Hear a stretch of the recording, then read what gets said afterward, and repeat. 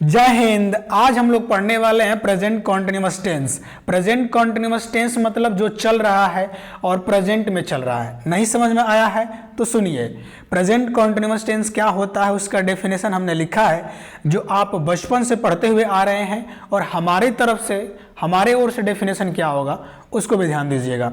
सबसे पहले आप वाला डेफिनेशन हम बता रहे हैं जो आप बचपन से रटते हुए आ रहे हैं। क्या रखते हैं आप कि हिंदी वाक्यों के अंत में अगर रहा है, रहे हूं, रही है, रही हूं, रहे हैं, रहे हो आदि आते हैं, यानी रहा, रहे, रही, रही हूं आते हैं, उसे प्रेजेंट कॉन्टिन्यूअस टेंस कहते हैं। लेकिन अब देखिएगा हमारा डेफिनेशन क्या होगा। जैसे एग्जांपल आपको हम बता दें, जैसे मैं पढ़ रहा हूं, मैं खेल रहा हूं, मैं सो रहा हूं। लेकिन अगर आपको कोई बोल दे मैं छत पर खड़ा हूं, अब देखिए छत पर खड़ा हूं, ये कौन सा टेंस है। अब आप कहेंगे इसमें तो रहा, रही नहीं आ रहा है, तो फिर कौन सा टेंस है। कोई बात नहीं, कंप्लीट इस वीडियो को देखिए, जितने भी कंफ्यूजन बनता है प्रेजेंट कॉन्टिन्यूअस से लेके कंप्लीट दूर होने वाला है। आते हैं अपने डेफिनेशन पे। हमने क्या बोला है, मैं छत पर खड़ा हूं, वह सोया हुआ है, ओके, वह बैठा हुआ है, वह बैठा है।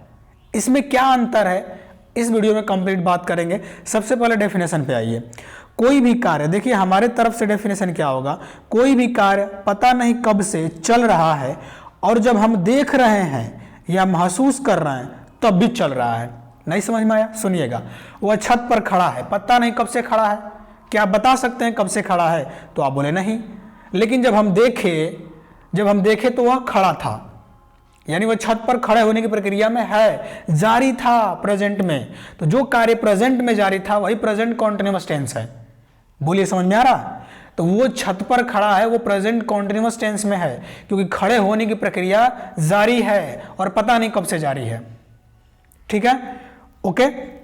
और महसूस मतलब क्या होना, जैसे देखिए अब ये मान लीजिए आप पढ़ाई कर रहे हैं, आप कहीं गए हैं किसी स्थान पे, कोई पूछा क्या कर रहे हैं आप, तो आप बोलेंगे मैं पढ़ाई कर रहा हूं। तो आप बोलिए आप उस स्थान पे घूम रहे हैं कि पढ़ाई कर रहे हैं, तो आप बोलेंगे मैं तो घूम रहा हूं। तो फिर आपने क्यों बोला कि मैं पढ़ाई कर रहा हूं? तो आपने महसूस किया कि हम इस समय पढ़ाई कर रहे हैं। ठीक है, तो वही होता है कि जो प्रेजेंट में चल रहा है कार्य, जिसे हम देख रहे हैं या जिसे आप महसूस कर रहे हैं, वो प्रेजेंट कॉन्टिन्यूअस टेंस है। सही है। अब आते हैं अपने रूल्स पे। ठीक है, ये ध्यान रखिएगा रूल्स हमारा क्या होता है। डेफिनेशन तो आपको शायद अच्छी तरह से समझ में आ गया है। अब बात करते हैं, ध्यान दीजिएगा।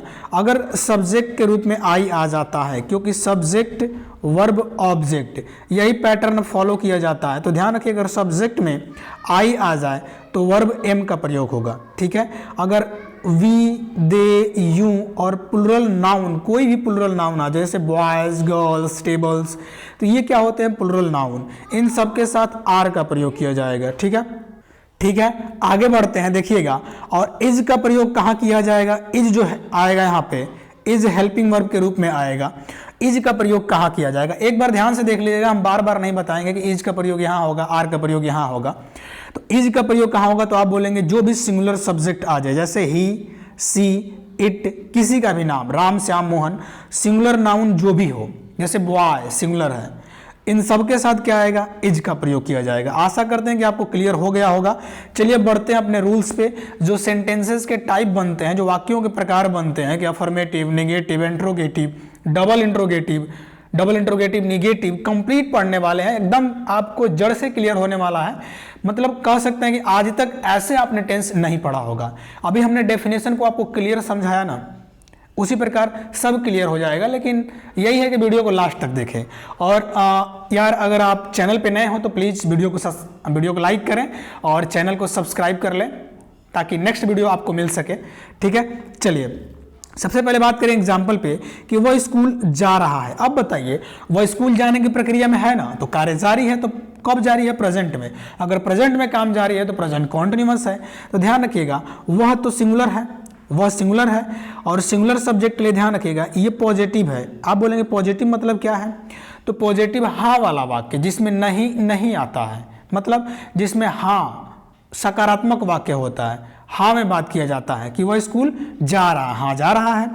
तो पॉजिटिव या अफर्मेटिव में क्या करते हैं कि सब्जेक्ट अगर सिंगुलर रहा तो आपको पता है कि इज आ जाएगा, और आई रहा तो एम आ जाएगा, और उसके बाद हेल्पिंग वर्ब के बाद वर्ब के फर्स्ट फॉर्म में आईएनजी आता है क्योंकि कॉन्टिन्यूअस भी दिखाना है, और उसके बाद ऑब्जेक्ट आता है। तो क्या बोलेंगे आप, ही इज तो लिख दिया। अब देखिए वर्ब के फर्स्ट फॉर्म में आईएनजी आएगा, तो जाना यहाँ पे वर्ब है जा, तो गो में जब आईएनजी जोड़ेंगे तो गोइंग हो जाएगा टू स्कूल। थोड़ा ध्यान से समझिएगा, वह स्कूल जा रहा है तो क्या बोलेंगे, सब्जेक्ट कौन है तो वह। क्वेश्चन जब करते हैं ना कौन स्कूल जा रहा है तो वह स्कूल जा रहा है, तो क्या बोलेंगे he is going to school. सही है। अब पॉजिटिव या फॉर्मेटिव सेंटेंस में ही अगर सब्जेक्ट प्लूरल रहा तब गुरुजी कुछ नहीं करना है, वहां पे आर का प्रयोग कर देंगे। जहां हेल्पिंग वर्ब इज का प्रयोग हो रहा है यहाँ पे ना, वहां आर का प्रयोग कर देंगे। जैसे मैं क्रिकेट खेल रहा हूं, मैं खेल क्रिकेट रहा हूं, ओके, या मैं क्रिकेट खेल रहा हूं। ठीक है, इधर उधर करने से कोई मतलब नहीं, इसको लिखा गया आपको समझने के लिए कि आप समझ जाइएगा कि क्रिकेट अगर इधर भी लिख दे तो मैं क्रिकेट खेल रहा हूं या मैं खेल क्रिकेट रहा हूं, कोई बात ना। कुल मिला के खेलने की प्रक्रिया हो रही है ना, तो खेलना वर्ब हुआ। तो देखिए होता क्या है, सब्जेक्ट अगर प्लूरल आया तो आर आएगा, उसके बाद वर्ब का फर्स्ट फॉर्म में आईएनजी, उसके बाद ऑब्जेक्ट। ठीक है, तो क्या बोले कौन क्रिकेट खेल रहा है तो मैं, तो आई एम, आई के साथ क्या आएगा एम, प्लेइंग क्रिकेट। अगर यहाँ पे यू आ जाए, यू लिख दे तो क्या हो जाएगा, एम के स्थान पे आर हो जाएगा, उसके बाद प्लेइंग क्रिकेट। आशा करते हैं कि ये भी क्लियर हो गया होगा आपको। अब आते हैं निगेटिव में। देखिए निगेटिव में कुछ नहीं करना, हेल्पिंग वर्ब के बाद नॉट लगता है, बाकी पैटर्न सेम रहता है। तो इज एम आर जो भी आता है उसके बाद आपको नॉट लगाना पड़ता है, ध्यान दीजिएगा। इज एम के बाद या आर यहाँ भी आ सकता है तो नॉट लगेगा।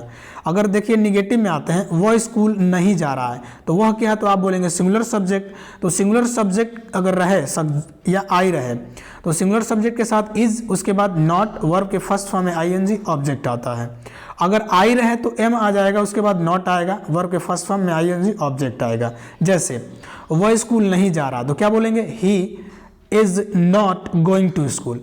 अब आपको बता दिए कि कैसे सब्जेक्ट को पहचानना है, बता दिए हैं, बार बार नहीं बताएंगे नहीं तो फालतू का वीडियो लंबा होगा। ध्यान दीजिएगा, he is not going to school. ठीक है, इज के बाद क्या लगाना तो आप बोलेंगे नॉट लगाना है, लगा देंगे। और नहीं तो इज नॉट अलग अलग नहीं बोलना चाहते हैं तो इज नॉट को आप जोड़ सकते हैं, और जोड़ के बोलते हैं इजंट, है ना, जिसको एब्रीविएट रूप भी कहते हैं, कंट्रैक्टेड फॉर्म भी कहते हैं, मतलब छोटा रूप भी कहते हैं, इजंट बोल सकते हैं।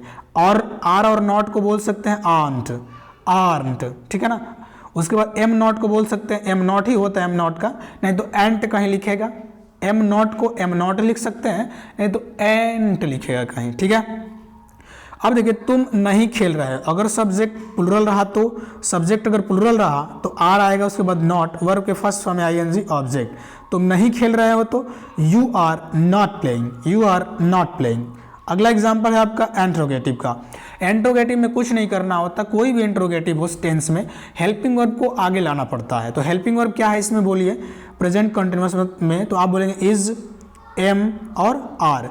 Is am are helping verb होता है, तो सब्जेक्ट के अनुसार इज एम आर को सेंटेंस में आगे लेके आ जाते हैं। जैसे देखिएगा, अब इज लेके आएंगे जब सब्जेक्ट सिंगुलर रहेगा तो ओके, इज लेके आएंगे जब सब्जेक्ट सिंगुलर रहेगा, उसके बाद वर्ब के फर्स्ट फॉर्म में आईएनजी, ऑब्जेक्ट, बस इतना ही चेंज है। देखिए क्या वो स्कूल जा रहा है। देखिए इंट्रोगेटिव भी दो प्रकार का होता है, जिसका आंसर हम एस और नो में दे सकते हैं, वो सिंगल इंट्रोगेटिव होता है। एस या नो मतलब क्या, जैसे क्या वो स्कूल जा रहा है तो आप बोलेंगे हाँ या ना, यही बोलेंगे ना, और तो कुछ बोल नहीं सकते, हाँ या ना। तो इसका आंसर आप एस या नो में दे सकते हैं। तो इसको बनाने के लिए कुछ नहीं करना होता, हेल्पिंग वर्ब को आगे लाना होता है। तो is he going to school, सही है। अगर सब्जेक्ट प्लूरल रहा तो आर आ जाएगा, अगर सब्जेक्ट आई रहा तो एम आ जाएगा। ध्यान रखिएगा, एम या आर लगा सकते हैं सब्जेक्ट के अनुसार। अगर सब्जेक्ट प्लूरल रहा तो आर आएगा, सब्जेक्ट प्लूरल होगा, फिर वर्ब के फर्स्ट फॉर्म में आईएनजी, ऑब्जेक्ट होगा। आप बोलेंगे ठीक है, जैसे क्या तुम खेल रहे हो, क्या तुम खेल रहे हो, क्या तुम खेल रहे हो, तो सब्जेक्ट कौन है तो बोलेंगे तुम, यू। तो यू है तो आगे क्या आएगा तो आप बोलेंगे are you playing, are you playing. ठीक है, अगले चलते हैं अगले सेंटेंस के टाइप पे। अगला है WH वर्ड। ध्यान दीजिएगा WH वर्ड का प्रयोग कब करते हैं, जब आपको आंसर पूछा जाए डिटेल में पूछा जाए। डिटेल मतलब आपको डिटेल बताना पड़े, जैसे वह स्कूल क्यों जा रहा है, बताओ कारण बताओ क्यों जा रहा है, क्यों जा रहा है, तो आप बोलेंगे पढ़ने जा रहा है, कुछ करने मतलब जो भी करने जा रहा होगा बताएंगे आप ना, तो डिटेल वहाँ पे आंसर बताना पड़ता है, उसको बोलते हैं WH इंट्रोगेटिव या डबल इंट्रोगेटिव।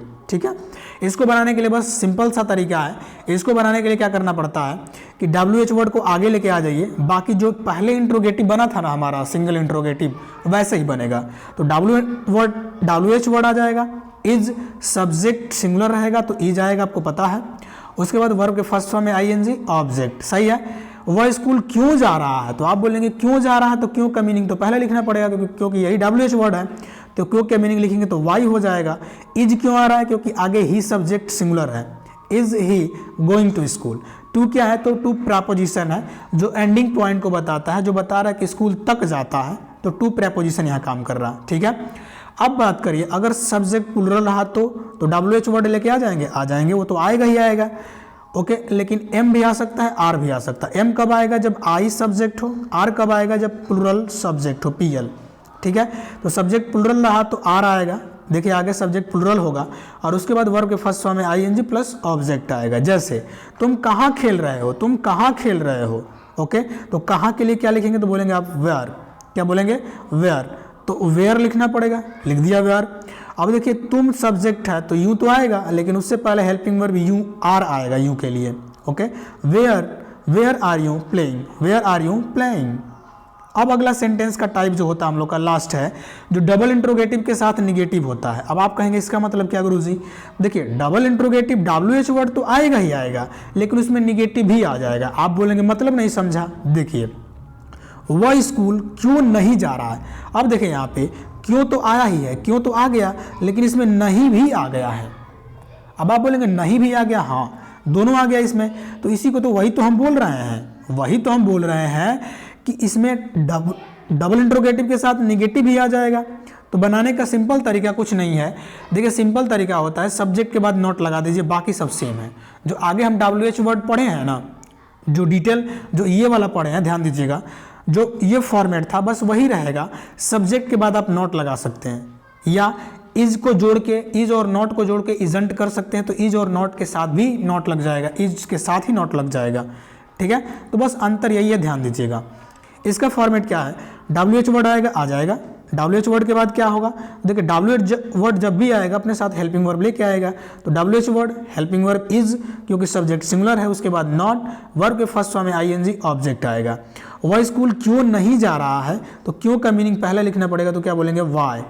ओके, इज क्यों आ रहा है, क्योंकि WH वर्ड इज लेके आएगा, क्योंकि ही आगे सब्जेक्ट है, इज ही। नॉट यहाँ पे लिखा गया है सब्जेक्ट के बाद, ध्यान दीजिएगा, गोइंग टू स्कूल, सही है। अब देखिए WH वर्ड में और निगेटिव में, यानी डबल इंट्रोगेटिव निगेटिव में, अगर सब्जेक्ट प्लुरल रहा तो कुछ नहीं करना, आर लगा देंगे यहाँ पे। सब्जेक्ट प्लुरल रहा तो आर लगा देंगे, और सब्जेक्ट आई रहा तो एम लगा देंगे, क्या करना है सेम है।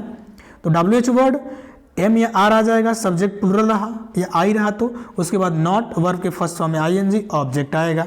जैसे तुम क्यों नहीं खेल रहे हो, तो क्यों का मीनिंग लिखना पड़ेगा पहले, इंग्लिश मीनिंग लिखिए क्यों का, तो लिख देंगे वाई आर यू के लिए आर आया है, अगर यहीं पे यू के स्थान पे आई रहता तो एम आ जाता आर के स्थान पे, सही है। उसके बाद नॉट प्लेइंग, ध्यान दीजिएगा इज और नॉट को अगर जोड़ना चाहें तो आप जोड़ के इजेंट भी लिख सकते हैं, आर और नॉट को जोड़ के चाहें आंत भी लिख सकते हैं, एम नॉट को जोड़ के तो जोड़ सकते हैं तो एंट बनता है। ठीक है, तो यहीं पे लग जाएगा, आर और नॉट के साथ ही आप लगा सकते हैं नॉट को, आंत बन जाएगा। ठीक है, तो आशा करते हैं कि कंप्लीट आपको टेंस समझ में आया होगा, अगर लास्ट तक आप देखें तो समझ में आया ही होगा, क्योंकि समझने का प्रयास हमने पूरा किया है। अगर आप डिटेल टेंस पढ़ना चाहते हैं तो उसको अलग से हमने बनाया है, वीडियो में प्लेलिस्ट होगा, वो इस वीडियो के नीचे डिस्क्रिप्शन में दे दिया जाएगा, आप उसको देख सकते हैं। चलिए मिलते हैं नेक्स्ट वीडियो में, तब तक के लिए जय हिंद, वंदे मातरम, भारत माता की जय।